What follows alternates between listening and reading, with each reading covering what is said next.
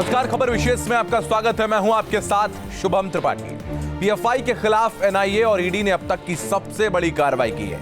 देश के 11 राज्यों में पीएफआई के ठिकानों पर एजेंसियों ने दबिश डाली है। पीएफआई से जुड़े संदिग्धों को गिरफ्तार किया गया है और इस जहरीले जिहादी संगठन के पटना फुलवारी शरीफ मॉड्यूल की जांच के दौरान एनआईए को एक गहरी साजिश का पता चला था। दावा यह भी किया गया है कि इसके लिए अल-कायदा और बांग्लादेश के आतंकी संगठन एबीटी से मदद मिल रही है। बाकायदा पीएफआई साल दर साल का रोडमैप बनाकर अपने 2047 के लक्ष्य पर काम कर रही थी।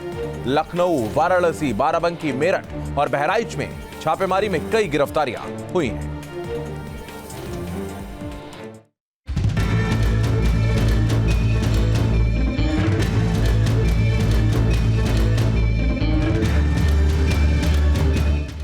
ये 5 तस्वीरें गवाह हैं कि कैसे हिंदुस्तान को इस्लामिस्तान बनाने की नापाक साजिश रची जा रही थी। देश भर में पीएफआई के 100 ठिकानों पर एनआईए की ताबड़तोड़ छापेमारी चल रही है।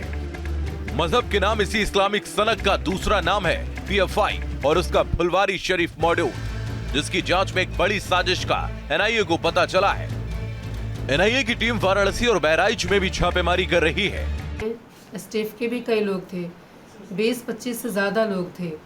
4 बजे आए, अचानक से दरवाज़ा ज़ोर से खड़बड़ाया और मेरे शौहर को बुलाया, खींचा और पूरे घर की तलाशी ली। और सारे हमारे मोबाइल को, हमारे शौहर के दोनों मोबाइल को, सारे मोबाइल को बगैर इजाज़त के उठा लिया। वाराणसी के जैतपुरा और आदमपुर से टीम ने 2 संदिग्धों को हिरासत में ले लिया है। इसके अलावा बहराइच से भी एक संदिग्ध को उठाया गया है। टेरर फंडिंग के मामले में एनआईए और एसटीएफ की टीम ने छापेमारी की। पीएफआई से कनेक्शन को लेकर यह छापेमारी की गई। देर रात एनआईए की कार्रवाई से इलाके में हड़कंप मच गया। लखनऊ के इंदिरा नगर के ए ब्लॉक से एक संदिग्ध को पकड़ा गया है। नसीम नाम के इस आरोपी को सीए और एनआरसी केस में भी गिरफ्तार करके जेल भेजा गया था। इसी मकान में रहता था, पीएफआई का सक्रिय सदस्य था, बाकायदे पीएफआई के लिए फंड जनरेट करता था, फंड का इंतजाम करता था और एनआईए की टीम ने उसे गिरफ्तार किया है। देश भर में पॉपुलर फ्रंट ऑफ इंडिया के 106 ठिकानों पर एनआईए और ईडी की संयुक्त छापेमारी चल रही है। मिल रही जानकारी के मुताबिक अब तक 100 से अधिक लोगों को गिरफ्तार भी किया गया है, जबकि यूपी के 8 ठिकानों पर भी छापेमारी चल रही है। Team news state. तो पीएफआई से जुड़ी इस वक्त की बड़ी खबर आपको बता दें। पीएफआई को लेकर एनआईए ने खुलासा किया है। पीएफआई ने कई राज्यों में बिछाया है एनजीओ का जाल। तो एनजीओ के जरिए टेरर फंडिंग और टेरर कैंप्स का संचालन किया जाता है। इस वक्त की बड़ी खबर आपको बता दें, पीएफआई को लेकर एनआईए ने बड़ा खुलासा किया है। एनजीओ का जाल बिछा रखा है पूरे देश में पीएफआई ने, और इन एनजीओ के जरिए टेरर फंडिंग की जाती है, टेरर कैंप्स का संचालन किया जाता है। यह बड़ा खुलासा पीएफआई को लेकर एनआईए ने किया है।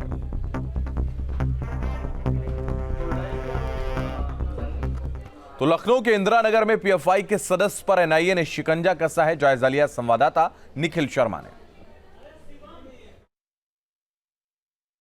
लखनऊ में वसीम समेत पीएफआई के 2 सक्रिय सदस्यों को गिरफ्तार किया गया और हम इस वक्त मौजूद हैं वसीम के घर पर। वसीम इसी मकान में रहता था, पीएफआई का सक्रिय सदस्य था, बाकायदे पीएफआई के लिए फंड जनरेट करता था, फंड का इंतजाम करता था और एनआईए की टीम ने उसे गिरफ्तार किया है। इससे पहले जब सीए और एनआरसी का दंगा हुआ था तब भी वसीम को गिरफ्तार किया गया था। और ये बता रहे हैं आसपास के लोग कि 5-6 महीने पहले वो जमानत पर छूट कर आया था और उसके बाद फिर वो लगातार पीएफआई के लिए फंड के इंतज़ाम में लग गया था। इसी मकान से उसे गिरफ्तार किया गया है। 3 मंजिला मकान है। इस मकान में उसके भाई समेत परिवार के अन्य सदस्य रहते हैं। उसकी पत्नी भी रहती है, उसकी माँ और पिता दोनों यहीं पर रहते हैं। इस पास में ही उसकी टेलरिंग की शॉप है जहाँ पर वो अपने परिवार के साथ काम भी करता है। बताया जा रहा है कि वसीम समेत जो 2 लोग गिरफ्तार किए गए हैं ये पीएफआई के सक्रिय सदस्य हैं और देर रात यहाँ उसकी एनआईए की टीम पहुँची और उसने उसको गिरफ्तार किया है वसीम को। वसीम 2012 में भी एक बार चर्चा में आया था जब उसने अपने घर पर पाकिस्तान के झंडा फहराने की मांग की थी। इसके लिए बाकायदे उसने थाने पर एप्लीकेशन दिया था, जिसके बाद उसे घर में ही नज़रबंद कर लिया गया था। तो 2 लोगों की गिरफ्तारी लखनऊ से हुई है और दोनों गिरफ्तारियां इंदिरा नगर इलाके से हुई हैं। लखनऊ से दीपक राणा के साथ निखिल शर्मा, न्यूज़ स्टेट उत्तर प्रदेश। तो सुशांत मुखर्जी हमारे सहयोगी इस वक्त वाराणसी से जुड़ रहे हैं। सुशांत, आपके पास आएंगे। एनआईए, ईडी और स्टेट पुलिस की बड़ी कार्रवाई हुई है। अब तक 106 से ज्यादा लोग जो है वो गिरफ्तार किए जा चुके हैं। लगातार ये ताबड़तोड़ छापेमारी जारी है। क्या अपडेट है आपके पास? देखिए, एनआईए उत्तर प्रदेश में एटीएस के साथ मिलकर के ये छापेमारी कर रही है। बात की जाए एनआईए की, तो एनआईए की निशानदेही और एटीएस का जो इनपुट है वो इस छापेमारी को अंजाम तक पहुंचा रहा है पूरे उत्तर प्रदेश में। जिस तरीके से वाराणसी में खबर आई कि एनआईए और एटीएस की संयुक्त टीम ने वाराणसी के बड़ी बाजार, आदमपुरा और जैतपुरा के पूरे इलाके से, ये आसपास का लगभग सटा हुआ इलाका है, इस इलाके से 2 कार्यकर्ताओं को, जो पीएफआई के 2 सक्रिय कार्यकर्ता बताए जाते हैं, उनको हिरासत में लिया है और उनसे पूछताछ की जा रही है किसी गुप्त स्थान पर, और लखनऊ भी ले जाने की तैयारी है, जो हमें सूचना मिली है। पर इसके बाद एटीएस के अधिकारी फिलहाल कैमरे के सामने अभी कुछ कहने को तैयार नहीं है। उनका ये कहना है कि अभी जो भी चीज़ें हैं प्रोसेस में है, अभी इसको मीडिया के सामने हम नहीं ला सकते। पर इतना साफ है कि एनआईए की जो ये छापेमारी चल रही है लगातार, और एटीएस के जो इनपुट्स हैं उस पर निशानदेही करते हुए जो छापेमारी हो रही है, उससे कोई ना कोई बड़ा खुलासा, कोई बड़ी प्लानिंग का अंजाम देने का शक जरूर है। और जाहिर सी बात है, जब ये जांच अंतिम दौर में पहुंचेगी, यानी कि पूछताछ अंतिम दौर में पहुंचेगी, तब एक बड़ा खुलासा जरूर हो सकता है कि आखिर एनआईए और एटीएस को ऐसे क्या क्या इनपुट्स थी पीएफआई को लेकर, और किस तरीके से ये यहाँ पर रह रहे थे, इनका काम करने का तरीका क्या था। अब तक जो जानकारी मिल पाई है, जहाँ पर भी एटीएस और एनआईए ने छापेमारी की है, वहाँ पर ये लोग अपना कुछ और बिजनेस करते थे, आम लोगों के साथ मिलजुल कर रहते थे। ऐसा कोई शक नहीं होने दिया किसी को भी कि ये पीएफआई से जुड़े हुए हैं। तो इन सारी चीज़ों का खुलासा तब होगा जब पूछताछ जो है अंतिम दौर में पहुंच जाएगी। फिलहाल ये प्रारंभिक जो छापेमारी की कार्रवाई है, वापस आपके पास आएंगे। निखिल हमारे सहयोगी इस वक्त राजधानी लखनऊ से हमारे साथ लगातार बने। निखिल, आपके पास आएंगे। एक बहुत बड़ी अपडेट जो अभी तक सामने आई है, जानकारी सामने आ रही है कि कराटे ट्रेनिंग सेंटर के आड़ में लोगों को कैसे जान से मार दिया जाए, आतंकी घटनाओं को कैसे अंजाम दिया जाए और कितनी आसानी से लोगों को मारा जा सके, चाकू के जरिए, रॉड के जरिए, नॉन चॉक के जरिए कैसे लोगों को मौत के घाट उतारा जा सके, इसकी ट्रेनिंग दी जा रही थी। देखिए, पीएफआई का नेटवर्क उत्तर प्रदेश में कोई पहली बार नहीं पकड़ा गया। इससे पहले भी अगर हम बात करें तो उत्तर प्रदेश में समय समय पर पीएफआई के नेटवर्क जो है वो एनआईए और एटीएस ने ध्वस्त किए हैं।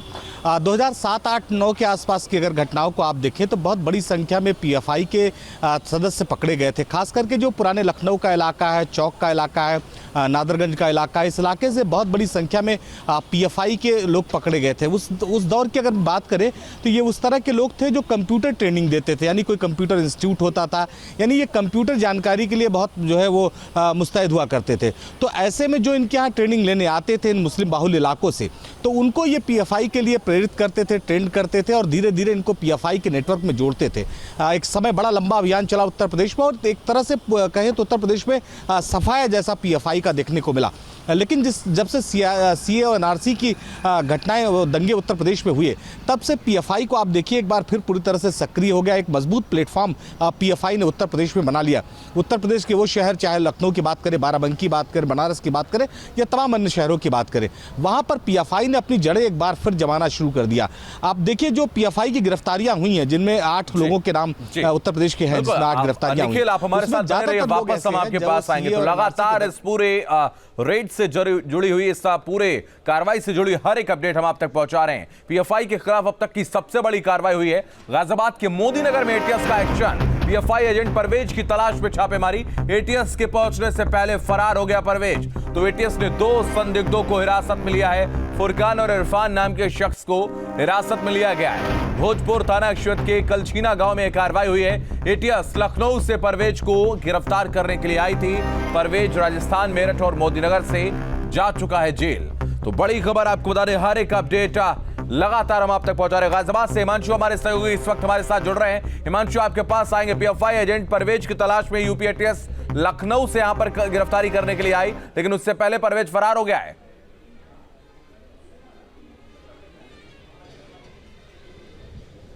बिल्कुल देखिए, परवेज फरार होने की सबसे बड़ी वजह थी जो गांव के लोग हैं उन्होंने सपोर्ट किया परवेज की लोकेशन उसके घर पर ही थी और महिलाओं ने वहां पर विरोध किया। जो जानकारी हमें मिल रही है हमारे सूत्रों से, वहां पर पत्थरबाजी भी हुई है, यानी कि जो एटीएस की टीम थी उसके ऊपर पत्थरबाजी भी की गई। यही वजह रही कि महिलाओं को आगे करके परवेज को वहां से निकाल दिया गया। उसके बाद इरफान और एक अन्य को पुलिस ने डिटेन किया हुआ है, अभी कस्टडी में लिया हुआ है, उनसे पूछताछ की जा रही है। परवेज वो शख्स है जो पहले भी 3 बार जेल जा चुका है। दरअसल उसके पास से वो पूरे पश्चिमी उत्तर प्रदेश की बात करें तो वो पीएफआई का पश्चिमी प्रभारी रहा है और लगातार पीएफआई से लोगों को जोड़ने का काम परवेज करता रहा है। और सीएनआरसी के मुद्दे के दौरान भी परवेज के पास से कई आपत्तिजनक चीजें उसके पास से बरामद की गई थी, जिसके चलते उसको जेल भी भेजा गया था। तो ये पहले से ही एटीएस की रडार पर था, लेकिन जैसे ही आज एटीएस ने वहां पर धावा बोला और कलछीना जो गांव था वहां पर पहुंचे तो जो गांव के लोग थे, क्योंकि मुस्लिम बाहुल्य पूरा गांव है, तो सभी गांव के लोग इकट्ठा हो गए, महिलाएं इकट्ठा हो गई, वहां पर पत्थरबाजी की गई और एटीएस टीम को गिरफ्तारी करने से रोक दिया गया और इसी का फायदा उठाते हुए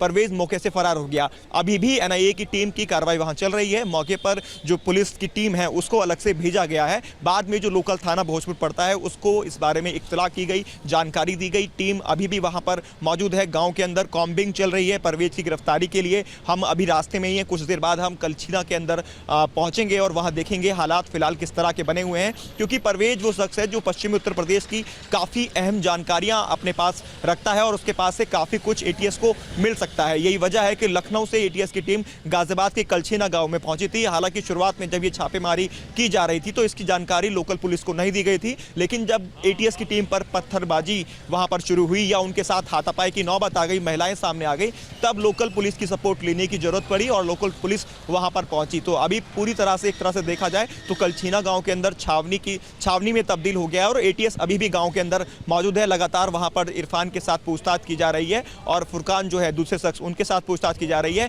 इनमें से जो इरफान है वो परवेज के भाई हैं, तो उनसे भी इस बारे में पूछताछ की जा रही है, क्योंकि इनका जो पश्चिमी उत्तर प्रदेश का जो इनका पूरा ऑफिस है वो मेरठ से ऑपरेट किया जा रहा था और इसका जो प्रभारी था वो परवेज था और इसके पास से लगातार कई बार आपत्तिजनक चीजें मिली हैं और संलिप्तता कई मामलों में इसकी पाई गई है। खास तौर पर मैं वापस आऊंगा हिमांशु, बने रहिए आप हमारे साथ। बड़ी खबर आपको बता रहे मेरठ से सामने आ रही है। मेरठ में भी एटीएस का बड़ा एक्शन हुआ है। दिल्ली गेट थाना क्षेत्र में मुनीर की तलाश में रेड डाली गई है।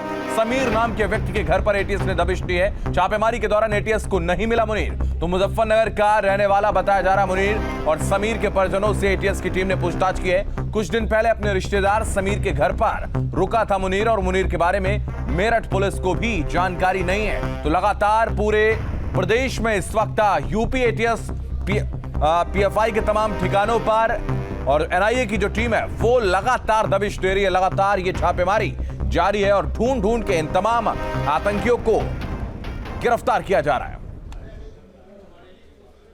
तो आप सभी हमारे साथ जुड़े, बहुत धन्यवाद आपका हमारे साथ जुड़ने के लिए। वक्त एक छोटे से ब्रेक का, फौरन लौटेंगे।